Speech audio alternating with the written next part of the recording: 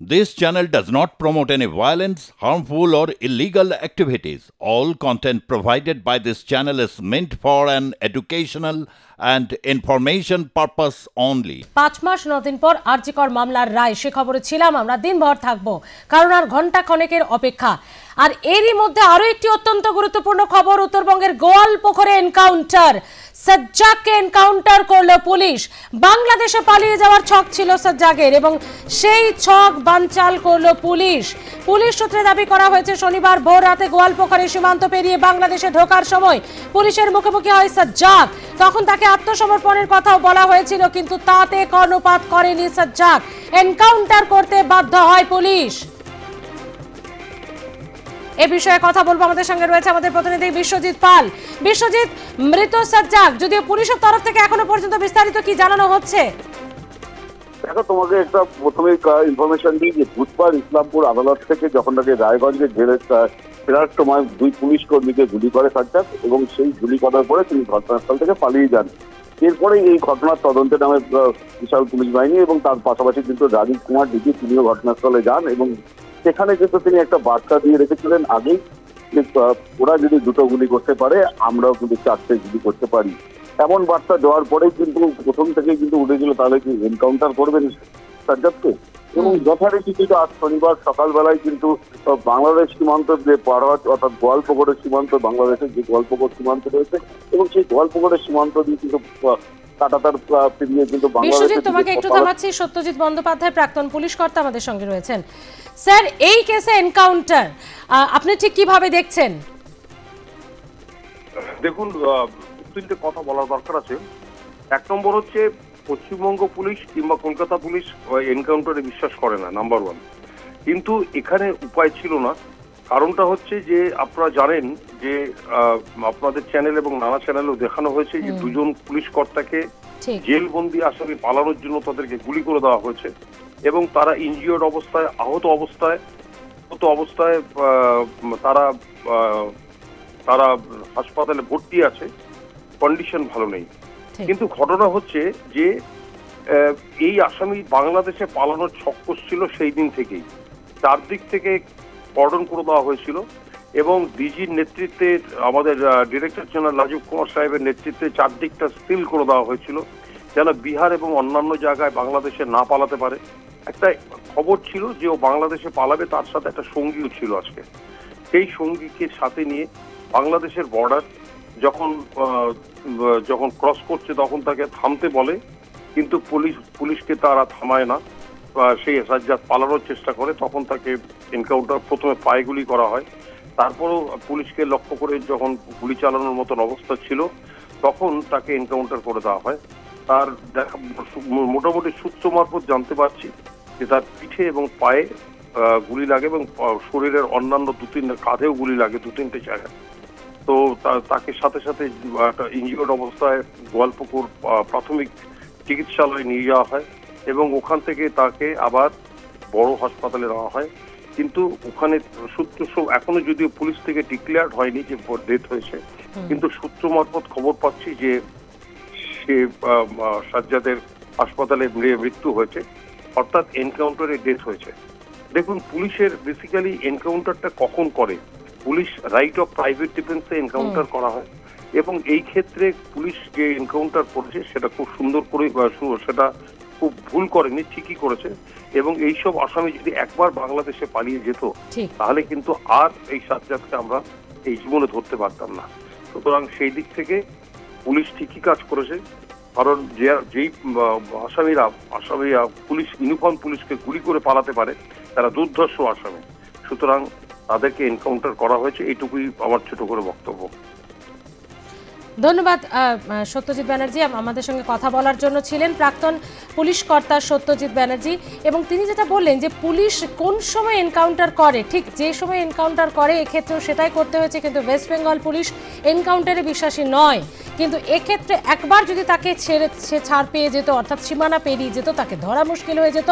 সে কারণেই প্রাক্তন পুলিশ কর্তারাও মনে করছেন, যেমন সত্যজিৎ ব্যানার্জি বললেন, যে এই সময় যদি এনকাউন্টারটা না করা হতো তার ধরা ছোঁয়ার বাইরে চলে যেত সাজ্জাক। সাজ্জাক এবং সে যে অপরাধ করে পালাচ্ছিল, প্রথমে পালিয়ে যাওয়ার চেষ্টা এবং তারপর একজন পুলিশ কর্মী এবং একজন পুলিশ কর্তাকে কার্যত এভাবে গুলি চালনা, যারা এখন মৃত্যুর সঙ্গে পাঞ্জা লড়ছে, সেই জায়গা থেকেই এই ছবিটা কিন্তু এনকাউন্টারের যথার্থ সময়ই হয়েছে।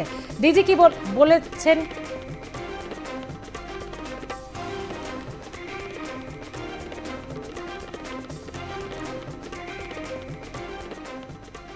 এবং এরই পাশাপাশি আমরা জানি যে দুজনই কিন্তু মৃত্যুর সঙ্গে পাঞ্জা লড়ছেন। গুলিবিদ্ধ অবস্থাতেই তাদেরকে হাসপাতালে ভর্তি করা হয়েছিল। এখনো পর্যন্ত চিকিৎসকেরা সঠিকভাবে কিছু বলতে পারছেন না। ডিজি পৌঁছেছিলেন গতকাল এবং সেখানে তিনি আহত পুলিশ কর্মীদের দেখার পরই তিনি জানিয়েছিলেন যে এই ঘটনায় পুলিশ কিন্তু 4 গুণ গুলি চালাতে পারে, অর্থাৎ অপরাধীকে যে ছেড়ে দেওয়া হবে না, গতকালই তার কথাই সেটা বোঝা গিয়েছিল। শুনুন। আমরা নর্মালি আমাদের ফোর্স যেটা আছে লোককে সিকিউরিটি প্রোভাইড করে, লোকদের সঙ্গে লোকদেরকে যেন ভালো করে ওরা থাকতে পারে এই কাজে ব্যস্ত থাকে। কিন্তু যদি কেউ ক্রিমিনাল আমাদের উপরে গুলি চালাবে, আমরা ওর থেকে 4 গুণ গুলি চালাবো। We are trained to fight this kind. We are basically trained for this. In case if somebody tries to fire at us, any of our this thing, we are trained to deal with it very strongly.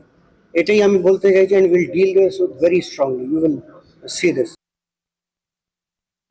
ডিজির বক্তব্য আপনারা শুনলেন। আমরা আবারও কথা বলবো, আমাদের সঙ্গে রয়েছে আমাদের প্রতিনিধি বিশ্বজিৎ পাল। বিশ্বজিৎ, সব মিলিয়ে কিন্তু এনকাউন্টার যে সঠিক সময় হয়েছেন, প্রাক্তন পুলিশ কর্তা থেকে বর্তমান সকলেই সে কথা বলছেন। এখনো পর্যন্ত যদিও পুলিশ সূত্রে যেটা জানানো হচ্ছে যে মৃত এখনো পর্যন্ত সরকারিভাবে জানানো হয়নি, তবে সূত্র মারফত জানা যাচ্ছে। আর সত্যি একবার যদি বাংলাদেশ এসে পালিয়ে যেতে পারতো তাহলে কিন্তু সাজ্জাকের টিকি ছোঁয়া যেত না। একেবারেই ঠিক, কেন সাজ্জাক যদি বাংলাদেশে পালিয়ে যেত তাহলে কিন্তু তাকে আর টিকিট পাওয়া যেত না। এবং রাজীব কুমার যে বার্তা দিয়েছিলেন সেই বার্তায় কিন্তু আজকে প্রমাণ হলো যে পুলিশ গুলি করতে পারে। এবং সেই ক্ষেত্রে দাঁড়িয়ে আজ বর্ডার গুলো সবকটাই প্রায় সিল করে দেওয়া হয়েছিল এবং পুলিশ সূত্রে খবর ছিল যে আজকে কিন্তু সাজ্জাক পালিয়ে যেতে পারে এবং সেই কারণে কিন্তু পুলিশও বর্ডারের কাছাকাছি মোতায়েন ছিল এবং সেই বর্ডারের কাছাকাছি অর্থাৎ গোয়ালপাড়ের যে বর্ডার, সেই বর্ডার থেকে বাংলাদেশ সীমান্তে ঢোকার চেষ্টা করছিল এবং সেই সময় সাজ্জাদকে সতর্ক করে তারা যে তাকে দাঁড়াতে বলা হয় এবং কিন্তু তিনি পুলিশের কথা শোনেননি। এবং সেখানে আমরা এটুকুও জানতে পারছি যে সাজ্জাদও গুলি ছোড়ার মতো পরিস্থিতি তৈরি করেছিল এবং তার তখনই কিন্তু পুলিশ লক্ষ্য করে সাজ্জাদের উপর গুলি বর্ষণ করে এবং প্রথমে পায়ে গুলি করে এবং তার পিঠে গুলি লাগে এবং তার ঘাড়েও গুলি লাগে এবং বেশ কয়েকটি গুলি তার লাগে এবং তাকে কিন্তু প্রথমে স্বাস্থ্যকেন্দ্রে নিয়ে যাওয়া হয় এবং স্বাস্থ্যকেন্দ্রে নিয়ে গেলে সেখানে প্রাথমিক চিকিৎসার পরে কিন্তু ডাক্তাররা অন্য জায়গায় রেফার করেন এবং সেই রেফার করার পরে তোমাকে আরো একবার বিরত করতে বাধ্য হচ্ছি। প্রাক্তন পুলিশ কর্তা অনিল জানা আমাদের সঙ্গে রয়েছেন। মিস্টার জানা, অনেকেই বলছেন বহু বছর পর উত্তরপ্রদেশের স্টাইলে বাংলায় এনকাউন্টার, যদিও বাংলার পুলিশ তো এনকাউন্টারে বিশ্বাসী নয়, এই এনকাউন্টারকে কিভাবে দেখছেন আপনি? যথার্থ? দেখো, উত্তরপ্রদেশের মডেলেই তো চলতে হবে, তবে তো আইন শৃঙ্খলার কন্ট্রোল হবে যেভাবে হয়েছে। এবং এইটাই লাস্টে যেটা, এখানে তো উল্টো পথে হাঁটতো, পুলিশের গাড়ি ভাঙালে, থানা জ্বালালে তাদেরকে আর্থিক সাহায্য দিত, পুলিশ গুলি চালালে পুলিশ ট্রান্সফার হয়ে যেত। তার ফল যেটা হয়েছে এই জিনিস হয়েছে। আজকে যেটা হয়েছে এটাই আরো আগে করা দরকার ছিল, যে মডেলই বলো, উত্তরপ্রদেশ মডেল বলো আর গুজরাট মডেল বলো, এটাই ঠিক আছে। উত্তরপ্রদেশ মডেল, এই মডেল বলে এটাই ঠিক আছে, যেটা হবার ছিল এটাই করা উচিত ছিল, সেটাই করেছে, ঠিকই আছে। এবং ওই ইন্ডাস্ট্রিয়ালাইজেশনও দেখবে সেই গুজরাট মডেল নিতে হবে। যতই নাকছেট কথায় কথায় গুজরাট আর উত্তরপ্রদেশ বলুন। মিস্টার জানা, পুলিশ কখন এনকাউন্টার করে? মানে আমরা তো লেম্যান ল্যাঙ্গুয়েজে খুব বিষয়টা পুরোপুরি জানি না, যখন পালিয়ে যাওয়া বা ধরাছড়ার বাইরে। তো এই সাজ্জাক যদি একবার বাংলাদেশ পালিয়ে যেত তাহলে তো সত্যি তার টিকি ছোঁয়া যেত না। তাই এনকাউন্টারটা কি একদম ঠিক সময়ে পুলিশ করতে পেরেছে? না না, পুলিশকে ধরো অ্যাটাক করলো, পুলিশ ধরতে গেল, পুলিশকে গুলি চালালে তো পুলিশ রাইট অফ প্রাইভেট ডিফেন্সে মারবেই, আইনে ব্যবস্থা আছে। আচ্ছা, তো করাই আছে।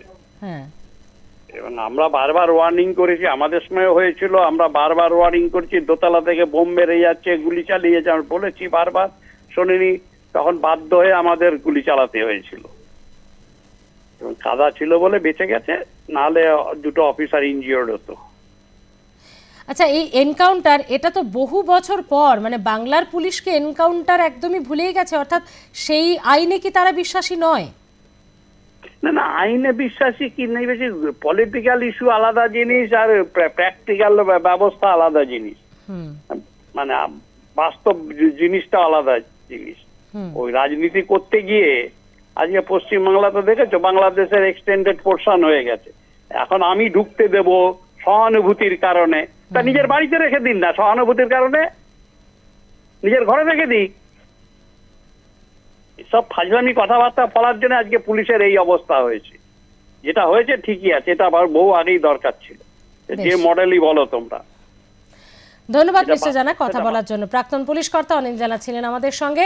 এই এনকাউন্টার একেবারে যথার্থ, অনেক আগেই বহু কেসেই এনকাউন্টার করা উচিত বাংলার পুলিশকে, এমনটাই মত প্রাক্তন পুলিশ কর্তা। তবে যে কারণে পুলিশ এনকাউন্টার করতে বাধ্য হয় ঠিক সে কারণেই করেছে, একেবারে যথার্থ মানছেন প্রত্যেক প্রাক্তন পুলিশ কর্তাই। বাংলাদেশে পালানোর সময় এনকাউন্টার, আমাদের সঙ্গে রয়েছে আমাদের প্রতিনিধি বিশ্বজিৎ পাল। বিশ্বজিৎ, যেটা বলছিলে দেখো, তারপরে কিন্তু আমরা যেটা দেখতে পাই যে ইসলামপুর থানায় তাকে মানে ইসলামপুর হসপিটালে তাকে নিয়ে যাওয়া হয় এবং নিয়ে যাওয়ার পরে সেখানে ডাক্তাররা কিন্তু, যেটা আমরা হসপিটাল সূত্রে জানতে পারছি, তাকে মৃত বলে ঘোষণা করে। কিন্তু পুলিশের পক্ষ থেকে এখনো তাকে বলা হচ্ছে যে তিনি চিকিৎসাধীন, কিন্তু হসপিটাল সূত্রে আমরা জানতে পারছি তার মৃত্যু হয়েছে।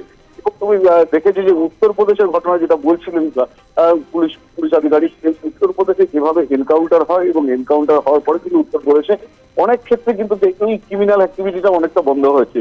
এবং তারপরে কিন্তু আজকে এই প্রথম তৃণমূল গভর্নমেন্টের সময় কিন্তু এই প্রথম কিন্তু এনকাউন্টার হলো এবং এনকাউন্টারে কিন্তু একটা বার্তাও কিন্তু গেল দুষ্কৃতীদের কাছে, যে এই বার্তা পৌঁছে গেল যে পুলিশ কিন্তু গুলি করতে পারে।